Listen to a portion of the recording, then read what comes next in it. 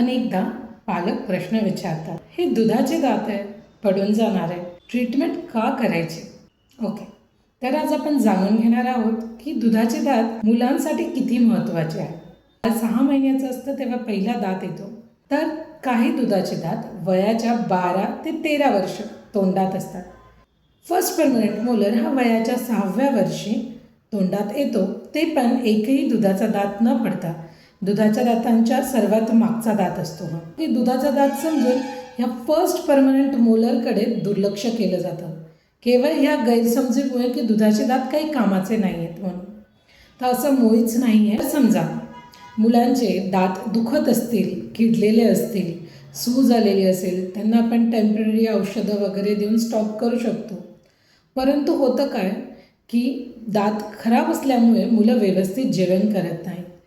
ह्या वाढत्या वयात आहार खूप महत्त्वाचा असतो व प्रॉपर जेवण न केल्यामुळे या मुलांचे पोषण कसे होईल. तसंच समोरचे दात ते उच्चारासाठी खूप महत्त्वाचे असतात. मुलं ह्या काळात बोलायला शिकतात, त्यांचे उच्चार डेव्हलप होतात.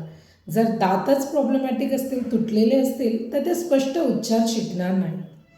त्या दातांवर डाग असेल, ते किडलेले असतील, तर मुलं कॉन्फिडेंटली हसणार नाही.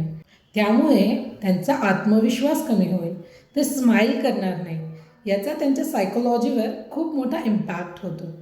सर्वात महत्त्वाचे म्हणजे ही दुधाचे दात येणाऱ्या पक्क्या दातांसाठी जागा राखून ठेवतात. जर समजा दुधाचा दात किडलेला असेल किंवा तिथे तुटलेला असेल, त्याचे मुळं असतील, तर येणारे पक्के दात त्यांच्या योग्य जागेत न येतात वेडेवाकडे येतात. परिणामी भविष्यात तारेची ट्रीटमेंट म्हणजे ऑर्थोडॉन्टिक ट्रीटमेंटची गरज पडते.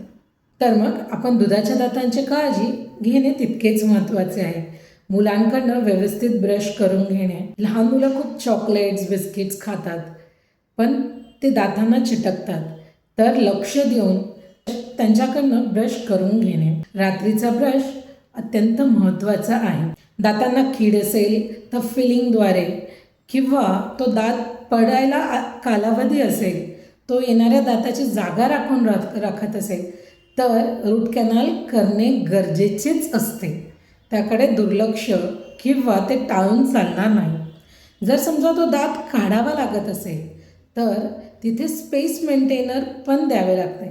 अशा अनेक ट्रीटमेंट लहान मुलांच्या अवेलेबल असतात.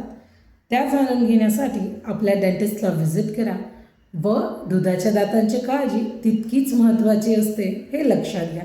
थँक्यू.